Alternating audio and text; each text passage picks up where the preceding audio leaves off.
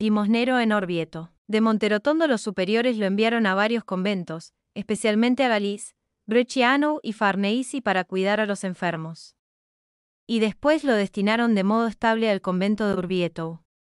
Al llegar a Orvieto, tomó el trabajo de limosnero que desempeñó por 40 años. La gente, al verlo tan humilde y afable, enseguida le encantó y le daba muchas limosnas y todo lo querían, de modo especial los enfermos y afligidos. Y era algo sorprendente como los vendedores de peces, de verduras o de otros comestibles, le ofrecían de sus productos. Un día fue a la casa de los señores Febey, que eran muy caritativos con los capuchinos. Fray Crispín llevó una garrafa vacía de vino. Le dijeron que del vino que deseaba para el provincial y sus acompañantes, que habían llegado de visita, no había, pero que podía llevarse de otra clase de vino. Respondió Crispín: dicen que se ha terminado ese vino. Vayamos a ver la barrica. Llegó, abrió el caño y salió vino en cantidad, con el que llenó la garrafa. Los bienhechores quedaron asombrados, pues estaban seguros que la barrica estaba vacía. Otro día fue a pedir mosto para algunas necesidades del convento. El bienhechor parecía no querer darle del que pedía, porque era de una uva especial, y Crispín le dijo: amigo, hazme esta limosna y no dudes. Y para maravilla de todos, con lo que normalmente solo había para una botella, llenó 3. Y ante la sorpresa les dijo: ¿no saben que San Francisco hace milagros? Otro día necesitaba harina para el convento y fue con un saquito a casa de Magdalena de Rossi. Ella le mandó a la criada Francisca Fiaschi que llenara su saquito de harina, pero la criada respondió que el saco de harina estaba casi totalmente vacío y que no habría ni para hacer el pan para el día siguiente. Entonces Crispín dijo a la criada: no dudes, no morirán de hambre. De hecho, una harina se multiplicó y se pudo sacar harina durante un mes entero. Otras veces se multiplicaba el pan que había en el convento para darles a los pobres y necesitados, especialmente a los vergonzantes. Otro día Crispín necesitaba aceite para las lámparas de la iglesia y fue a pedirle aceite al obispo de Orvieto, que era un cardenal. El cardenal le preguntó: dime la verdad, ¿el aceite va a servir para la iglesia o para los alimentos de los frailes, para el altar o para las verduras de la cocina?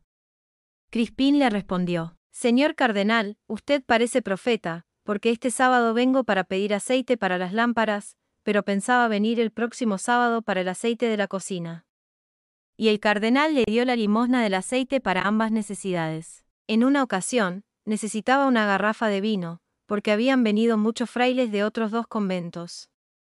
Se acercó a un convento de religiosas, que podían fácilmente concederle ayuda, pero le dijeron que volviera otro día. Quizás estaban ocupadas o por no molestarse. Él insistió en que tenía urgencia, pero las religiosas no lo atendieron y él les dijo: pensad que os vais a arrepentir. Se fue a pedir ayuda al hospicio y, estando allí, vino corriendo la administradora de las monjas y casi obligándole a ir al convento para darle lo que pedía, porque habían encontrado una barrica rota y el vino esparcido por el suelo, sin poder recoger ni una gota. Él no quiso ir de nuevo al convento, diciéndole a la administradora: por una garrafa negada han perdido una barrica entera. Resultó que el demonio lo molestó por medio del guardián, que le exigía a Crispín que pidiera dinero al ir a las casas a pedir limosna. El guardián deseaba tener dinero disponible para gastarlo a su capricho en cosas inútiles o superfluas. Como Crispín no quiso obedecerle en esto que consideraba malo, el guardián hizo que saliera del convento de Orvieto y se fuera a Bassano, donde le encomendaron también el oficio de limosnero. Pero al enterarse en Orvieto que había salido del convento, la gente se molestó y de común acuerdo suspendieron todas las limosnas al convento. Así que tuvieron que hacerlo regresar, lo que hizo después de 3 meses de haber salido. Y el mal guardián al poco tiempo apostató de la orden y murió litigando con sus familiares por alimentos. En una oportunidad se fue a un lugar vecino a Orvieto, a la selva de Castrobello, con algunos tajladores de árboles para conseguir leña para el convento. Llegados al lugar apropiado, se levantó un fuerte viento y lluvia y no podían trabajar. Entonces Fray Crispín se puso de rodillas con las manos y los ojos dirigidos hacia el cielo y dijo: Señor, bendice nuestro trabajo y haz que al menos no nos estorbe la lluvia. De pronto, las nubes se retiraron y el aire quedó sereno, lloviendo alrededor, pero no en el preciso lugar donde ellos trabajaban. Todos quedaron admirados del suceso. Entre los árboles que cortaron para leña había uno alto y grueso. Los trabajadores lo habían cortado al pie del tronco, cerca de las raíces, cuando el árbol comenzó a caer exactamente en el lugar en que Crispín estaba cocinando y preparando la comida para los trabajadores. Los trabajadores le gritaron que se apartara, al ver que se caía el árbol, pero Crispín alzó los ojos y dijo: «En el nombre de Dios, échate allá y salva la comida de los trabajadores». La maravilla fue que el árbol, como un ser viviente, obedeció y cayó en la otra parte, dejando libre la parte donde estaba Fray Crispín. Otra vez el canónigo Massinelli, rector del seminario de Montefiascone, cabalgaba en una jornada lluviosa y por un camino lleno de barro. Encontró a Fray Crispín, que venía cargado con una gran carga de pan y otras cosas, que le habían dado de limosna para el convento. Detuvo su caballo y le preguntó: «Fray Crispín, ¿cómo tenéis fuerza para andar con esa carga y descalzo por un camino tan difícil y con un tiempo tan frío?». Respondió: «Señor canónigo, Jesucristo tuvo fuerza para llevar la cruz al Calvario por mí con un gran peso de todos nuestros pecados, y, entre ellos, estaban los míos, más pesados que los de otros.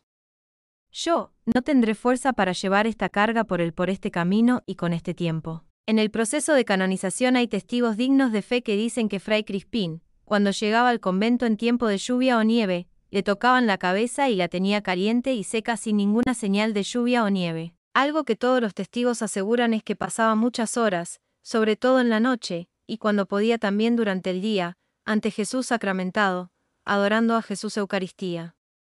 Y cuando oía blasfemar a alguien, aunque fuera una persona importante o un borracho, siempre trataba de corregirlo para que tuviera respeto a Dios. Un día iba solo por un camino, buscando limosnas para el convento, cuando el cielo se nubló y vino un gran viento y mucha lluvia con granizo, truenos y relámpagos. Cayó un rayo cerca de Crispín, que estaba cobijado bajo un árbol, y el rayo daba vueltas a su alrededor y él, inmóvil con el rosario en la mano, trataba de alejar el rayo de sí hasta que el rayo se hundió en el suelo a sus pies, quedando él, no solo ileso, sino tranquilo. Este suceso solía contarlo muchas veces para demostrar la fuerza de la fe por la cual la misericordia de Dios nos libera de todo peligro. Otras maravillas de Fray Crispín. Cuando cuidaba a los enfermos y le decían que se cuidase del contagio, decía: «La obediencia ahuyenta los malos aires».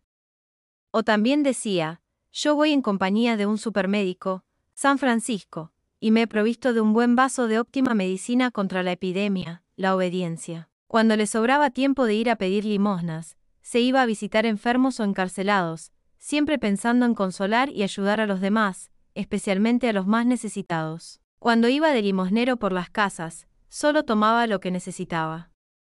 Si había algún pobre que necesitaba más que los frailes, no le tomaba la limosna, pero cuando alguien le exigía tomar algo que, en ese momento, no necesitaba, lo rechazaba y decía: «¿Quieres ir tú solo al cielo? Deja que los demás también tengan la oportunidad de dar limosna. Cuando tenga necesidad de la tuya, te la pediré». Iba con alforjas y el compañero, que iba con ella para llevar la carga, decía que ir con él era como ir de recreo. Además, con permiso del superior podía dar de lo recogido a familias pobres en necesidad.